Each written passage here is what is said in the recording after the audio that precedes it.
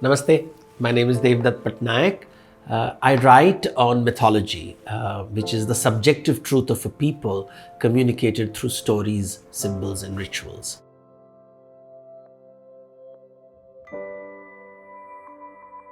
So I traveled to New Zealand a couple of years ago before COVID, a short trip, about a week-long trip, and I traveled from the north, Auckland, to Queenstown, to Wellington in the south, and during this time I experienced, nature, culture, adventure sports, and experiencing, the Maori culture, the Maori stories, the Maori artwork, tattoos. It was a great trip because in 5 days I saw so much that I would really like to go back again. So today, I thought I should talk to someone who knows New Zealand quite well, a person from New Zealand. His name is Nick Lau. He is part Maori, part European, and he is from the southern part of New Zealand, into the arts, into literature, and he's written this wonderful book called Uprising. So we shall have a chat with him about New Zealand and understanding the Maori culture a little bit more.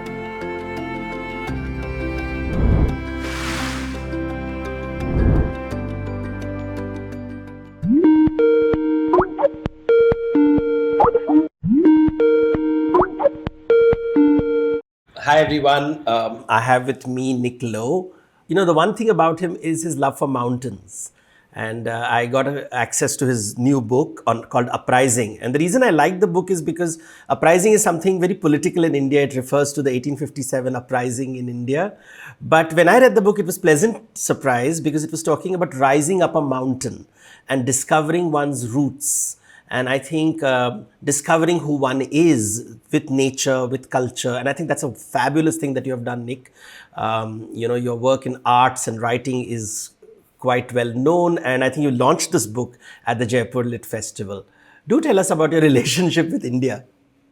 Oh, India and I have a love affair. Well, I'm in love with India. Whether India is in love with me is another story. But my love affair goes back many years. I worked for a long time doing literary tours. So I've traveled in India, I've worked in India, I've met and bounced off Indian writers. But the main thing that I'm proud of having done in India with writing and with the people there was a project called The Bookwala, where myself and 5 Australian writers and Indian writers toured India by train. We were a roving writers festival. We spent about a month riding the rails, taking a traveling library from one side of India to the other, performing, presenting our work. And we had these fabulous suitcases. If you imagine these beautiful leather-bound suitcases that transform into bookcases that we set up everywhere we went throughout India. So a perfect way to get to meet people, to discuss literature. And while I was there, that process of spending time with Indian writers, with getting a feel for their literature, their sophistication, it absolutely started a love affair for me that hasn't gone away.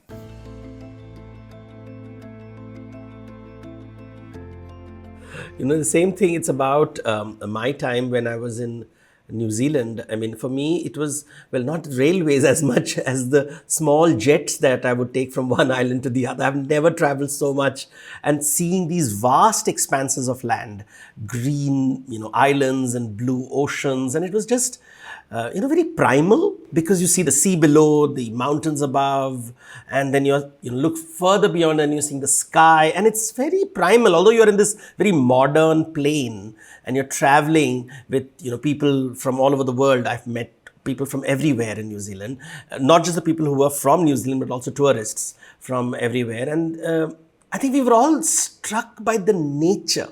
It's just a fabulous thing that I saw. And of course, for me, traveling to New Zealand was to meet friends and, to understand the culture. I enjoy culture. And I'd heard of, Polynesia and Maori and the oceanic culture. And, it's very different from being there actually and seeing it. And it was really a very good experience. I really enjoyed myself.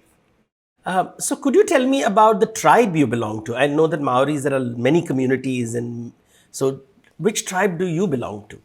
No Auraki ahau, no Kaitahu ki muri haku. I'm from the Ngaitahu tribe. And so our tribal territory, our takiwa, is the south of New Zealand. So if you imagine those two big islands that you think of when you think of our landmass, almost all of that southern island is our tribal territory. So all of those exquisite mountains, all the lakes, the forests, all of that landmass, that is the backbone, I guess, of our landscape. There are about 65, nearly 70,000 members of Ngai Tahu, and we like to think of ourselves as a bit of a powerhouse in this part of the world. We're in the unique situation where not only, I guess, have we fought for 150 years to gain justice over the loss of our land way back in the day, but we've actually had some success with that. So Ngai Tahu now runs a huge range of businesses, of enterprises, jobs for our people right across the island and right across the country.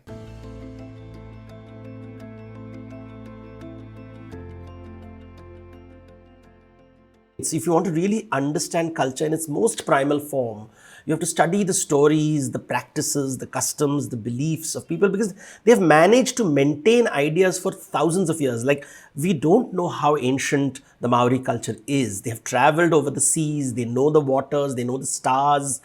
But, nobody can actually pinpoint, was it like it could be 5,000, it could be 10,000, it could be as long. We have some historical evidence and we try to decipher these things. And I think that's what I enjoy about Maori mythology, because it gives me a sense of being primal. It's very primal. When I went to Auckland, when I landed in Auckland, the first thing I did was went to the museum, because I heard they have a lot of material. I'm not so much interested in modern history. I mean, it's there everywhere. The colonial history, the wars, I mean, that's there everywhere. I like to see what's there originates from the land. And I think the Auckland Museum is a great place. I started my journey there. I was there for a very short time, but I think there I saw these wooden structures, and I saw these cloth, and I saw utensils and jewelry, which I'd never seen before.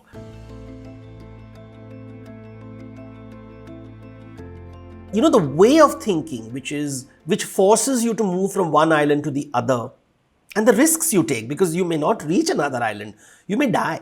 I mean, you carry resources into the unknown, and we really don't know. And Polynesians were famous for these journeys, right? And how did they reach these faraway lands, and quite long ago? How did they reach? I mean, that's something that the stories capture. Which mountains, which rivers, and the mountains that you traveled. I'm sure there are stories up the mountain and down the mountain. Do share some stories in your book, which, prizing. Yes. For a long time, there was a story that went around that the Polynesian navigators that discovered Aotearoa were actually lost, that they were blown off course and they just kind of washed up on the shore. But our oral histories, our genealogies, our stories have always said that we navigated, we migrated, we sent canoes back. There was traffic back and forth between the islands, and, scientific research, recreation of those original boats, the wakahaurua, the voyaging canoes, learning the navigational skills, navigating by the stars, all of that knowledge is still out there. And people have been piecing it back together and actually proving scientifically that these journeys absolutely did happen the way that our oral histories said they happened. So I always think the stories that we have contain knowledge. They're more than just myths and legends and fairy tales. They're actually matauranga, knowledge. And I used that as a kind of guiding principle for my book. So when I set about I found that my tribe, Ngai Tahu, we have a huge number of maps.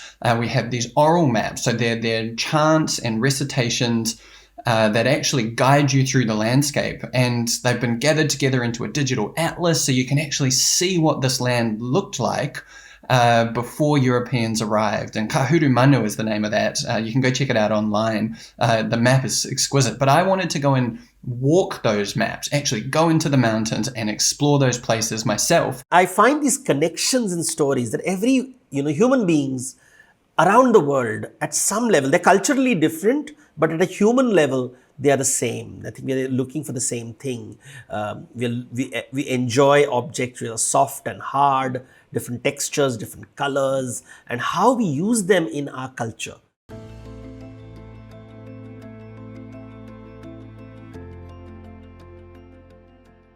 There's also music. I mean, the thing which I noticed, I don't know much about music. Do you know anything about these musical instruments? And can you tell me about them? I can. I'm actually going to show you some. I've actually brought some here with me, and I'll grab them in a minute. But the instruments, so they're called taonga puoro. They're the singing treasures, and there are around 100 different types of instruments in the traditional Maori repertoire, and it's a beautiful story because we're talking about ancient cultures, but we're also talking about the redevelopment of those cultures and the rebirth of aspects of those cultures. So for many, many years, a lot of these instruments sat in museums. So the tribal culture that held the knowledge about how to play them, we suffered a period of rapid urbanization, a destruction of aspects of the culture, or certainly a driving underground of aspects of the culture. So a lot of these instruments ended up in museums, gathering dust on shelves. People didn't know what they were for or how they were necessarily played. But there was a project, a resurgence that happened sort of in the 70s and 80s. Three men in particular. Now, there are a lot of people who have done it, but Richard Nuns, hidden in Melbourne, and Brian Flintoff, they decided to go to the museums, get permission to take these instruments out of the museums and just start experimenting with them again. And they took them back out into the communities. They took them to the old people, and they just gave them to them to hold, to touch, to play with.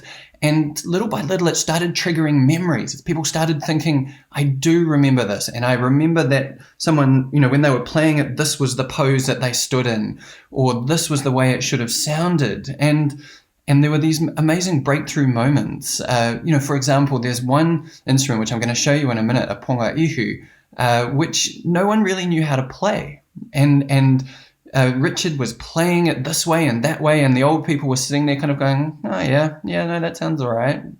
And then just some bolt of inspiration, he started playing it with his nose, and it's a totally different sound, a deep, haunting sound. And one of the old people started to cry and said, that's the sound from my childhood. That sound I remember from when I was young. And so he'd cracked it. They knew that that's how it was meant to play. And so since that period, there's been a real renaissance of these instruments. You will hear them in pop music. You will hear them with symphony orchestras. You will hear them on the marae. You'll hear them used ceremonially.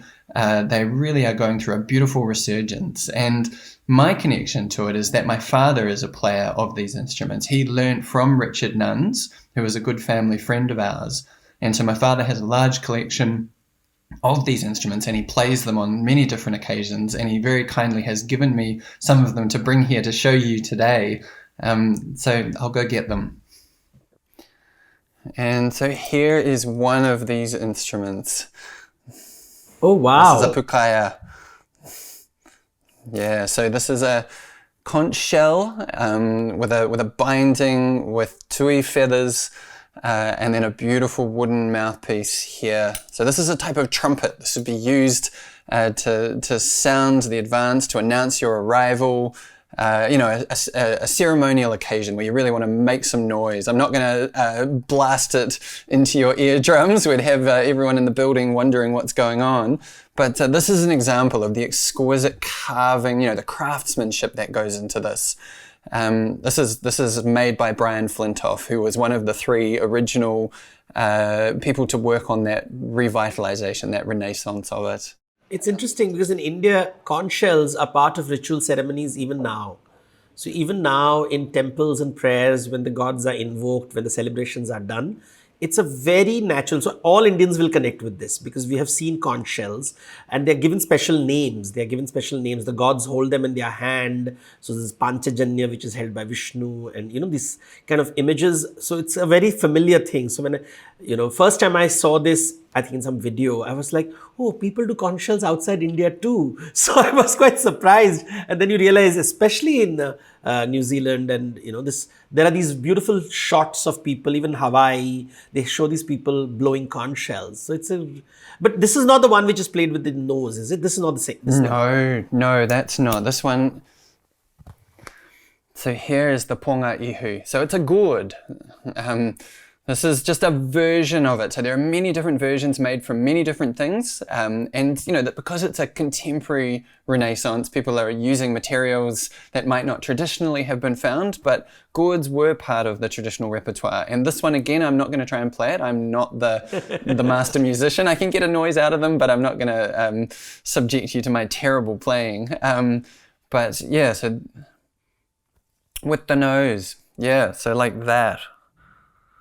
Yeah, exquisite. And then we have this one, the Putorino.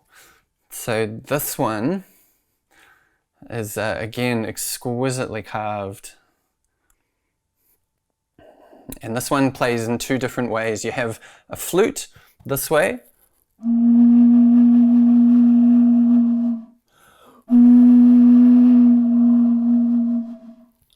And then you can also play it this way, in the style of what we call the ko'owo, playing it that way. But they are, they're real treasures. They're something that, you know, for a long time were only in museums, but now you will hear them on a regular basis.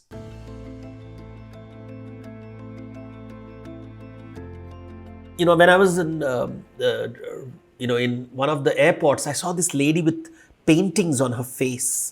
Tattoos, and I realized, I mean, I've heard of tattoos and we have seen now tattoo culture is very big, but the tattoo culture is a very different one, right? It's a very, it's about life, it's about rites of passage. I see them on their bodies and even on their faces. And nowadays, I think young people are sort of, it's part of something more than just decoration, right? Yeah, what is very it? much so. For a long time, you didn't see again, you know, the moko kawai, the ta moko, the full facial tattoos. They were very rare, only on the oldest of the old people, or sometimes you would see them on gang members. That was an association people had, but there's been, a real reclamation, a real renaissance, people embracing the desire to wear the decorations and adornments and the status that their ancestors wore.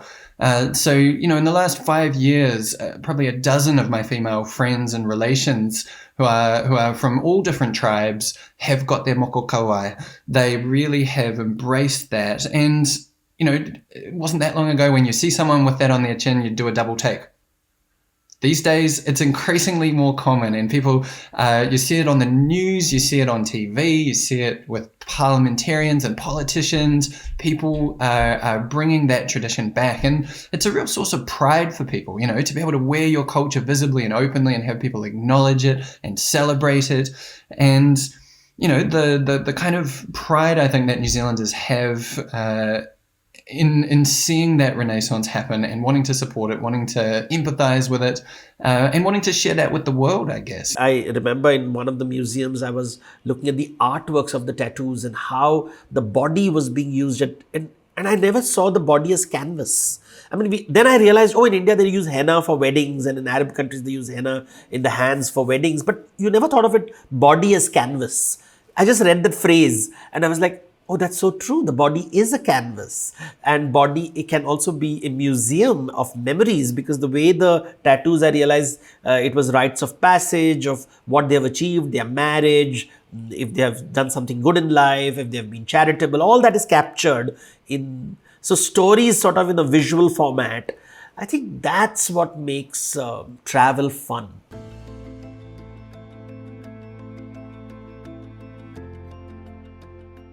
So when you were in New Zealand, you also spent plenty of time in cities. What were some of the highlights? What were some of the things that really stuck in your mind? So I traveled to Queenstown, and I think it was like, people in India, it's very crowded, and you don't have a cafe culture. Cafe culture is more a European thing, and I think in Queenstown I got to experience, the leisureness and the laziness which comes with cafe culture. You can sit with a cup of coffee for hours, read a book, and it's a beautiful weather out there, the lake and then the mountains, and I think that's something that I really enjoyed. And then the best part is that I would go on these trips and I could stop the car somewhere and just walk by the river, which I felt very safe doing that. Like, it was just so much fun walking on a mount. I would just get off, and I think we went to vineyards and we just walked in places which I would normally not do. And I didn't want to take the car in many places. I said, why don't we just walk there? Even if it was a 30-minute walk, and I discovered something wonderful in New Zealand, because I would have a cafe and then I could just walk across, and then I would see a ticket saying that, oh, you want to do bungee jumping, you can do bungee jumping. Or you want to go on these white water rafting, then I could do that. So that's what I did. And I discovered something about myself that I didn't know before, that I like adventure sports. I mean, I am the nerdiest nerd you'll ever find. I'm so happy with the book in my house writing. And my friends were shocked that I said, I'll do bungee jumping from, I think, the highest point in the world. And I said, yeah, I'll do it. I have no problem. And I was I thought I'll give it up. My friends were there with their video cameras waiting for me to come back and saying, no, I can't do it. And they were very nice about it. You know, the guys, they support you a lot and said, it's okay if you can't do it. Don't feel bad about it. Don't make it an ego issue. And I said, no, I want to do it. And I just jumped. And I was like, I think New Zealand, my memory of New Zealand is bungee jumping, I just couldn't believe I did that at the end of the sense of achievement. And when you were in Wellington, did you manage to make it to Weta Workshop? Did you go and check out where the Hobbit magic happened? Oh, yes, I did. And the funny part was, I couldn't believe I was in this big studio where all these magic happens, because they all were like these little bungalows, little cottages, and I realized it's all underground, and they don't, it was amazing, because I was expecting a huge building, huge towers out there, which is what you see when you travel to Hollywood and even Bollywood, these huge buildings. Here it was it could have been any neighborhood, and then you park your car and then you go, then get your ticket, and then you suddenly see this magical world open under you. They just take you underground and then they show you this, and they say, no, we don't like to disturb the ecosystem. There's work going on, but we want to respect the ecosystem. And then they showed us the magic where it happens, and it was great fun to see the studios. And I also went to this Hobbiton, it was a movie set tour where the Hobbit village was. I think it was a private farm that was found. And they took us on this tour through the houses of the hobbits. My friend called me from India saying that, go there, go there. So we had to take a slight detour, and you don't realize fans around the world saying you have to go and see this house.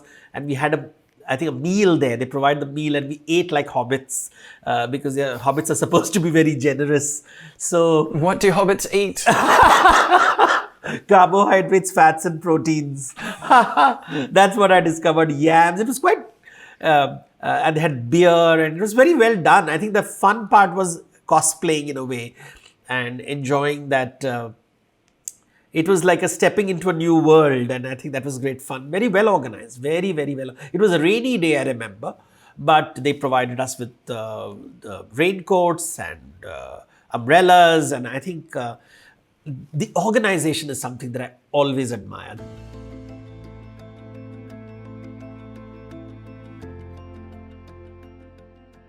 So Nick, next time I come, is there something that you would recommend? This time I went to Auckland, I went to Wellington, I went to Queenstown, I saw the Hobbit sets. But is there something that you feel I should explore more? This time was a short trip, maybe a longer trip. What would I do? Well, I'm biased. I'm Ngaitahu, I'm from Te Waipounamu, I'm from the South Island, so of course I'm going to suggest that you come on down south, fly into Ōtautahi to Christchurch, which is the major kind of gateway to the mountains here. And then from there, I would recommend that you get yourself a rental car and you get out on the road. You go and visit the west coast of the South Island. So this is a truly spectacular region. This is where the mountains meet the sea. This is where the glaciers are. This is where the primal forests exist. There's opportunities, if you have ever done any bike riding, they've got beautiful cycle trails that you can wind your way through the hills. There are beautiful little country pubs, places to stop, have a meal, have a beer, talk to the locals. It takes you all the way south, down across the mountains, so you get to see some of those Southern Alps firsthand, out the window, and then you arrive in Wanaka, you arrive in some of those southern lake towns that will connect you into Queenstown. It's a brilliant way of getting a little off the beaten track, not too far off the beaten track, but actually getting to see some of the places that I love, those mountain landscapes. Oh, good. I think that sounds like a plan. And maybe I'll just connect with you before I'm coming and just sort of figure out how to do it. This sounds really good. This sounds, I think, something that I'd like to do. Thank you. Thank you so much, Nick. Come and visit. We'll host you down here in Te Waipounami. We'll take you out into the mountains and show you some sights. Thank you, guys. I hope you enjoyed this episode of Culture Crossover. If you liked it, please press the like button, do subscribe to the channel, and do write your comments on it. And share it with your friends. Be part of Tourism New Zealand's social media handles so that you will be aware of these wonderful things and wonderful places you can visit in New Zealand.